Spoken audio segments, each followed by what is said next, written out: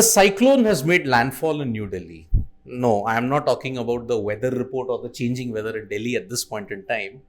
But I have got the history maker who just created a lot of buzz in the UFC MMA situation. I've got Pooja Tomar with me, and she's given us an exclusive on Sports Today. It's a proud moment. सबसे पहले पूजा, thank you दो चीज़ों के लिए, एक history बनाने के लिए और सेकंड स्पोर्ट्स टुडे को एक्सक्लूसिव देने के लिए।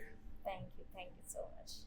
जब वो मौका हुआ था, जब आपने अपने ब्राजीलियन अपोनेंट को हराया था, उस वक्त पता चला था कि आपने इतिहास रचा है? और अगर हाँ, तो सबसे पहला ख्याल क्या आया था कि क्या अचीवमेंट था? जो पुराने जो भी आपने संघर्ष किए थे, फाइट्स किए थे, क्या था आपको पहला मोमेंट जब आपने इतिहास रचाया था? तो जब मैं फाइट के लिए अपने इंडिया का फ्लैग लेके मैं वॉक कर रही थी, तब वो सारी चीज़ें मेरे दिमाग में चल रही थी कि आज मैं उस जगह पे हूँ जहाँ पे मतलब सभी का ड्रीम होता है और ये विक्ट्री मेरे इंडिया के लिए बहुत ज़्यादा ज़रूरी है। तो वो सब चीज़ें मेरे दिमाग में चलते हुए मैं केज के अंदर जा रही थी कि आज मैं ये इंडिया का फ्लैग लेके वर्ल्ड नंबर 1 स्टेज पे खड़ी हूँ और तो मुझे बस ये विनिंग लेनी है कैसे भी करके अपने इंडिया के लिए।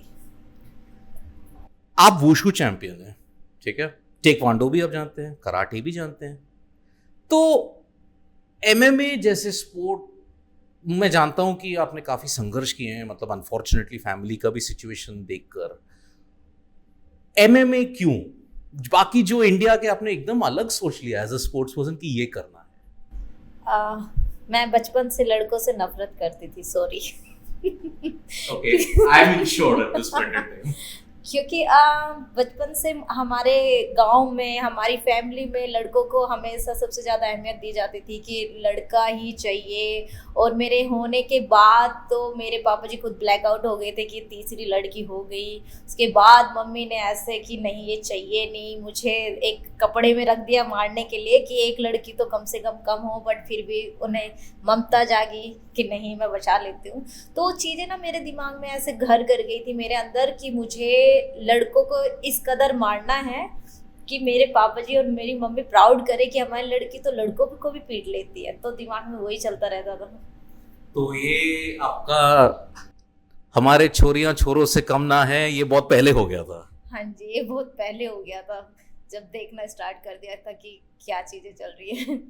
आपने अभी जो एक बात कही है कि ये अनफॉर्चुनेटली जहाँ से अब आते हो, मुजफ्फरपुर से आते हो ना, मुजफ्फरनगर से, मुजफ्फरनगर जैसे छोटे शहरों में ये जो एक माइंडसेट होता है जो आपने बताया था लड़का लड़की के बीच, अब ये यूएफसी एमएमए फाइट के बाद ये आप क्या संदेश देना चाहते? जिन लोगों से मतलब आपको तंग किया था आपको पहले या फिर बहुत ताने मारे थे, उनके लिए आप क्या मैसेज देना चाहते हो इस माध्यम से? वो लोग मेरे वेलकम में आए थे मुझे लेने के लिए, तो मैं क्या मैसेज करूं। बस हाँ, मैं खुश हुई क्योंकि उस वक्त जो लोग मुझसे हमेशा ये बोलते थे कि अरे ये लड़की नाम खराब कर देगी, बाहर जा रही है, मत भेजो, बहुत सारे लोग थे। और वही लोग रिक्वेस्ट की कि पूजा प्लीज़ आ जाओ, हम आपका वेलकम करना चाहते हैं। तो कुछ कहने की ज़रूरत ही नहीं पड़ी।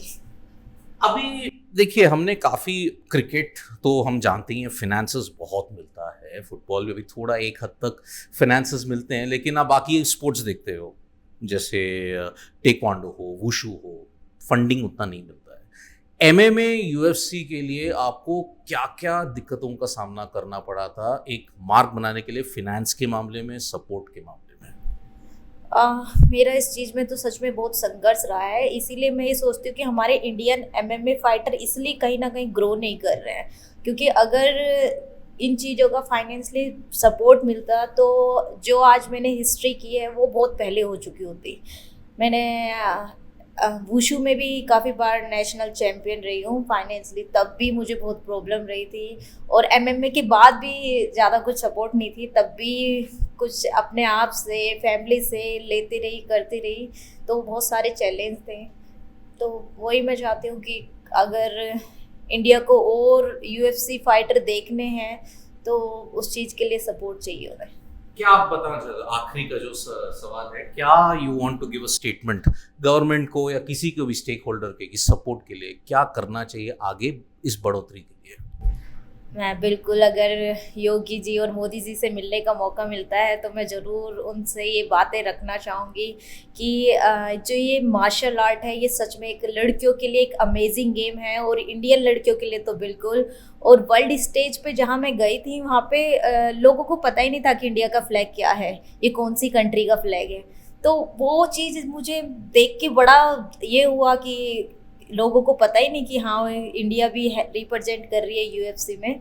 तो बस मेरा ये है कि पहले भी मैं एमेच्योर खेलती थी और अब मैं प्रो खेल रही हूँ, तो मेरा ये है कि हाँ गवर्नमेंट इस चीज़ के लिए भी आगे आए, क्योंकि कंट्री को रिप्रेजेंट कर रहे हैं, आप चाहे ओलंपिक में करें चाहे आप प्रोफेशनल में करें। तो ये एक बहुत बड़े लेवल पे जब आप कंट्री को रिप्रेजेंट कर रहे हैं तो कहीं ना कहीं अपनी कंट्री का नाम हो रहा है। तो बस मैं यही चाहती हूँ कि अपनी इंडियन लड़कियों को भी और लड़कों को भी सबको सपोर्ट करें। So that was Pooja Tomar, history maker, and she's definitely choriyan choro se kam na hai. Thank you so much, folks, for joining us for this special video. Subscribe to Sports Today for all the latest news and analysis. We're also on X, Facebook, and Instagram. Show some love there.